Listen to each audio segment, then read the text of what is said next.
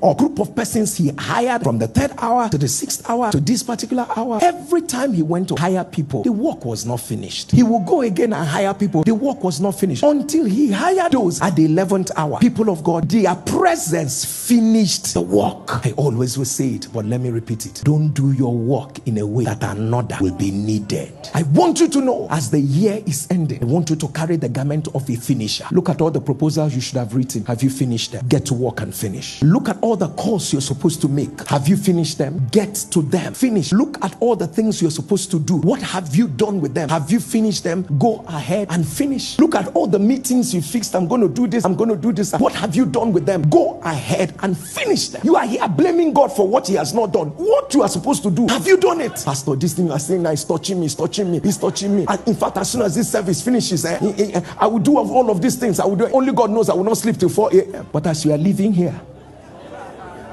these men were finishers. My generation is in need of finishers. Do you know that nobody will applaud you that you started, but a generation will honor you that you finished? What is still hanging? What have you not finished? What have you not done? What have you not concluded? What have you not tidied up? What course did you start that you never finished? The worst thing is paid money to learn it. Even you and the money, they have gone. Pastor, you know, by January, I started reading the Bible. Genesis, 1 chapter for 1 day. You and I know you didn't even reach 10th of January. See, from now till December, go and finish it.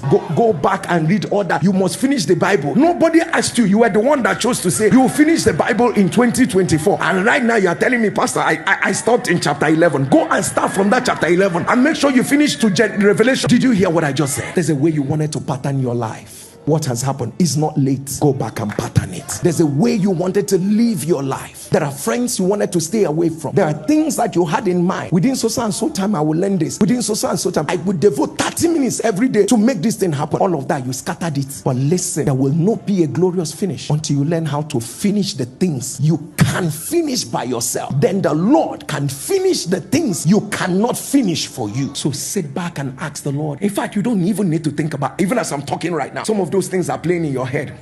Look at this thing, look at this thing, look at this thing. How do you want to begin another year? Too many things undone. Some of you have a backlog of 5 years undone projects, 5 years undone ideas. Your own ideas are not your problem. You always have ideas, but execution, implementation, following through, monitoring it, evaluating it, a very big problem. So we must be able to finish, follow through. Pastor, I called the man once, he didn't pick. I forgot about him now. Man will be man, God will be God. If you continue to do this for every one person God has sent your way, you call them once and they don't pick and you don't call them again, how will you break into a new season? The seasons God has brought you to, that you don't finish what you ought to, you might just be packaging yourself for irrelevance. Be a finisher. Finish that project. Finish that process. Finish that prayer God called you to. Finish that scripture God said you should read. Finish that fasting God asked you to embark on. Finish it. Don't do your work in a way that another person will be needed.